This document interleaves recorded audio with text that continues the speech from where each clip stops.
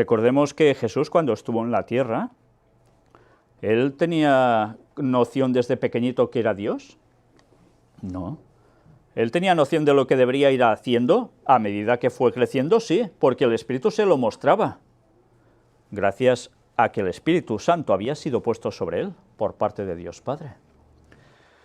Pero una vez más aquí nos está haciendo referencia a algo que acontecería en un futuro, porque Jesús aún no había nacido en los tiempos de Isaías, pero que una vez más nos habla de alguien que ya estaba antes. Sigamos. Ahora ya vamos al Nuevo Testamento, Mateo capítulo 1, versículos del 18 al 25. El nacimiento de Jesucristo fue así. Estando desposada María, su madre, con José, antes que se juntasen, se halló que había concebido del Espíritu Santo. ¿Qué quiere decir antes que se juntasen? ¿Que solo se hablaban desde un balcón a la acera? No. Quiere decir, antes de que se juntasen, en acto conyugal, porque evidentemente ya se conocían. Pero en esos momentos ya se dan cuenta que ella había concebido del Espíritu Santo, no de José. José, su marido, como era justo y no quería infamarla, quiso dejarla secretamente. Fijaos que además no quería infamarla, la quiso dejar secretamente, incluso para que ella no sufriera ningún vituperio por parte de su entorno. José era un hombre de verdad íntegro. Y pensando él en esto, aquí un ángel del Señor le apareció en sueños y le dijo: José, hijo de David, no temas recibir a María tu mujer, porque lo que en ella es engendrado del Espíritu Santo es. Bueno, esto ya tiene que empezarnos a hacer pensar, sobre todo a las personas que hablan de Jesús exactamente igual como cualquiera de nosotros. ¿Alguno de vosotros ha sido engendrado por el Espíritu Santo? En el nacimiento, no hablo en el bautismo, no. Literalmente en el nacimiento, ¿vuestro padre era el Espíritu Santo? Quien diga que sí, pues está alucinando, porque eso no es verdad. Todos hemos tenido un padre y, gracias a Dios, casi todos hemos podido conocer a nuestro propio padre, ¿no? Cada uno el suyo, evidentemente. Pues aquí nos dice que fue engendrado del Espíritu Santo. Y mirad qué nos dice ahora: y dará a luz un hijo, y llamará su nombre Jesús, porque él salvará a su pueblo de sus pecados. Jesús, que significa Salvador. Una vez más, ahora aquí me he de detener con algo que se comentaba en la escuela sabática, los nombres en hebreo. Solo se puede decir en hebreo Jesús, tiene que ser Yoshua, si no, no se puede decir. Que los nombres no se pueden traducir, llegan a decir. Me gustaría saber, a ver, qué lumbreras se llegó a inventar que los nombres no se pueden traducir. Porque en todos los idiomas los nombres se pueden traducir. Pero sabéis, como hay gente que es ignorante y quiere seguir siendo ignorante, les va bien que alguien ha dicho ese concepto para abrazar este concepto de decir, pues no se puede cambiar y solo hay que decir Yoshua. Y que Jesús significa, bueno, ni os lo digo, pues salvajadas. Una vez más, los judaizantes la están liando, como en los tiempos de Pablo. La historia no cambia para nada, se repite, y ahora peor que antes. Jesús salvará a su pueblo de sus pecados.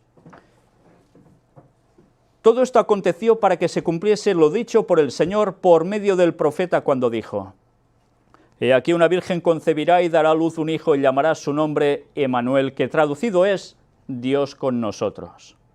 Emmanuel, aún queda en los términos españoles el nombre de Manuel. Manuel, en definitiva, es el Emmanuel, Dios con nosotros. Pues ya dice que lo decía el profeta anteriormente. Y en María se cumplió esto como un hecho, al tener a Jesús. Y despertando José del sueño, hizo como el ángel del Señor le había mandado y recibió a su mujer. Fijaos, qué coraje también, el de José, que podía decir, bueno, sí, esto me lo dice un ángel, pero yo qué sé, ¿no? Igual ha sido... No, él tenía claro que esto venía de parte del Señor y que ese ángel era del Señor y que lo que le decía no era ninguna bobada, era cierto. Y bien, ¿qué esperaba el pueblo judío durante años y años y años? que el Mesías naciera. ¿Y cuándo tenía que nacer el Mesías? ¿No lo sabían ellos? Lo habían sabido cuando tenía que nacer, pero ya sabéis que los judíos cambiaron calendario expresamente para que no supieran ese momento. Y eso lo estuvimos hablando en las conferencias en Australia, lo estuvimos demostrando. Bien, pues José en esos momentos no sabía exactamente el qué, pero se le revela que el hijo que van a tener, evidentemente no era de José, era del Espíritu Santo, y que ahora tranquilo, puedes recibir a tu mujer, pero el hijo, cuidado, atención, va a ser el Mesías. Qué alegría, ¿eh? ¿Sabéis que las madres judías, muchas de ellas, siempre tenían la esperanza de ser ellas mismas las que tuvieran al Mesías? Se pasaban así durante generaciones, pensando que igual yo seré la madre del Mesías. Pero había unas condiciones, y en la Biblia aparecía que el linaje debería ser el que trajera precisamente la simiente de la mujer hasta llegar a ser una mujer la que tuviese a Jesús. Y debía nacer en algún cierto lugar en concreto, las profecías también lo decían, y Jesús lo cumplió absolutamente todo, todo. Pero no la conoció hasta que dio a luz a su hijo primogénito y le puso por nombre Jesús. Fijaos, no la conoció. Evidentemente habla de términos conyugales sexuales. No había tenido contacto íntimo físico con ella hasta que no había tenido al niño Jesús. El texto es muy claro.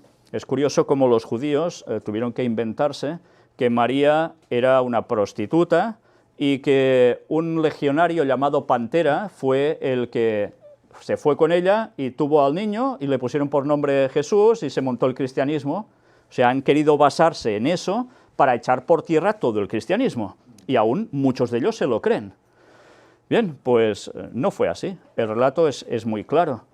Y la mejor forma de saber que realmente esa historia que inventaron sobre el legionario, Pantera y demás es mentira, es cuando vemos los relatos que van aconteciéndose a lo largo de la historia de la vida de Jesús, cómo se van poniendo contra él, cuando muere, cómo tienen tantos soldados allí para que no salga de la tumba, cómo les pagan, etcétera, etcétera, para que mientan, y tantas cosas más. Bien, la historia es la que es. Pero fijaos que aquí dice, pero no la conoció hasta que dio a luz a su hijo primogénito, y le puso por nombre Jesús. ¿Por qué primogénito? Porque era el primero que nació de María, no había tenido otro niño antes. Pero ya veremos cómo esa palabra, junto a otra, a veces genera confusión y creencias falsas. Vamos a Lucas capítulo 1, versículos del 30 al 38. Entonces el ángel le dijo, María, no temas, porque has hallado gracia delante de Dios. Y ahora concebirás en tu vientre, y darás a luz un hijo, y llamarás su nombre Jesús. Este será grande, y será llamado Hijo del Altísimo. Fijaos que dice que sería llamado Hijo del Altísimo. Y su reino no tendrá fin. Perdón, dice, y el Señor Dios le dará el trono de David su padre. ¿David era el padre de Jesús? No. Pero ¿José de qué tribu venía? De David. ¿Por linaje? Venía de David, eran todos de la tribu de Judá. Y aparentemente el de quién era hijo para el mundo, pues de José. Por eso podía recibir el trono del reino que se le había prometido a David por generaciones. ¿Y qué esperaba el pueblo de Israel, el pueblo judío en general, sabiendo que el trono sería recibido por el Mesías? Pues que los libraría en plan soldado rey total y aniquilaría a los romanos que les estaban fastidiando la vida todos esos años. Eso esperaban del Mesías. ¿Y Jesús hizo algo de eso? Nada, porque vino a instaurar otro reino que nada tenía que ver con lo que ellos esperaban. ¿Por qué creéis que lo quisieron matar? Se les fastidiaba todo el plan. Su hegemonía que querían mandar sobre el mundo. ¿Qué pretende el sionismo en la actualidad? Exactamente lo mismo. ¿Por qué quieren el tercer templo de Jerusalén? ¿Para que todas las naciones vayan a adorar allí? Sí, pero ¿quién tendrá la preeminencia sobre todos? El pueblo judío, dicen. Eso es el sionismo. No todos los judíos aceptan eso. pero es una parte importante y que mueve mucho dinero, y que por desgracia está arrastrando a la mayor parte del mundo evangélico, porque apoyan el sionismo, incluso financiándolo. Y no son conscientes que cuando venga Satanás haciéndose pasar por Jesús, creerán que cumple toda la profecía. Imaginaos todo el mundo cómo va a caer en ese gran engaño.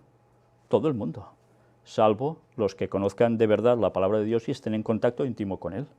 Porque de lo contrario, como decíamos antes en la escuela sabática, por un lado o por otro, nos la va a pegar. Satanás nos la va a pegar, porque es el maestro de la confusión. Bueno, pues sigamos, porque ya vemos que se hablaba de primogénito, ¿no? Sigamos ahora, volvamos a empezar. Entonces el ángel le dijo: María, no temas porque has hallado gracia delante de Dios, y ahora concebirás en tu vientre y darás a luz un hijo y llamarás su nombre Jesús. Este será grande, será llamado Hijo del Altísimo, y el Señor Dios le dará el trono de David, su padre, y reinará sobre la casa de Jacob para siempre. Jacob es Israel, ya sabéis que el nombre después se le cambió, por tanto, de toda la nación, y su reino no tendrá fin. Entonces María dijo al ángel: ¿cómo será esto? Pues no conozco varón. Recordemos que María era jovencilla, ¿eh? No era una señora ya de una cierta edad. Era joven, era una adolescente, quizás no tenía ni 18 años. Era lo común en esa época que se casaban las doncellas jóvenes. Y José ya tenía una edad, porque parece ser que ya tenía hijos de otro matrimonio. Pues mirad ahora lo que nos va añadiendo. Respondiendo el ángel le dijo: el Espíritu Santo vendrá sobre ti, y el poder del Altísimo te cubrirá con su sombra, por lo cual también el santo ser que nacerá será llamado Hijo de Dios. ¿Quiere decir que era Hijo de Dios antes en el cielo? No, toma el título de Hijo de Dios, ¿cuándo? Cuando se va a encarnar. ¿Por qué? ¿Porque quién es su padre, José? No, es Dios. El Espíritu Santo cubre, y no sabemos cómo. Ahora quizás lo entendemos un poco mejor con todas las formas de hacer que una mujer puede quedar embarazada sin estar en contacto con un varón, ¿verdad? Con todos los métodos científicos que hay hoy en día. Algo le puso allí, llamarle esperma, no sé, y entonces se junta la parte del Espíritu Santo que ha puesto allí, parte divina, con quien le da el cuerpo, el físico, María, la parte humana. Una vez más, gracias a Dios que Ron Wyatt pudo mostrarlo de la sangre de Jesús, la sangre viva, y la historia de los cromosomas, que aún tantos no quieren creerse, y que gracias a Dios ya pudimos comprobar la autenticidad con todas las pesquisas que tuve que hacer. Por tanto, ¿qué había en esa sangre? ¿Cromosomas de parte femenina? Sí. ¿Y de parte de padre? Ya solo aparecía uno. Qué cosa tan extraña. ¿Nosotros hemos nacido así? ¿Verdad que no? Pues Jesús es exactamente igual como nosotros. ¿Fue como humano exactamente igual como nosotros? No, y hay una diferencia del punto de partida. Sigue diciendo: y aquí tu parienta Elisabet, ella también ha concebido hijo en su vejez, y este es el 6º mes para ella, la que llamaban estéril, porque nada hay imposible para Dios. Fijaos, Elisabet, también su prima, ¿de qué linaje venían? De sacerdotes. ¿Y a quién tiene como hijo? A Juan, que terminó siendo Juan el Bautista. Y eran primos con Jesús. Y además dice que era estéril. ¿Y Dios era estéril? Sí. ¿Y a Dios le importó eso? No, porque con su poder podía hacer que lo imposible fuera posible. Y tuvo también a un niño cuando era imposible tenerlo en esos tiempos. Juan el Bautista vino como el segundo Elías.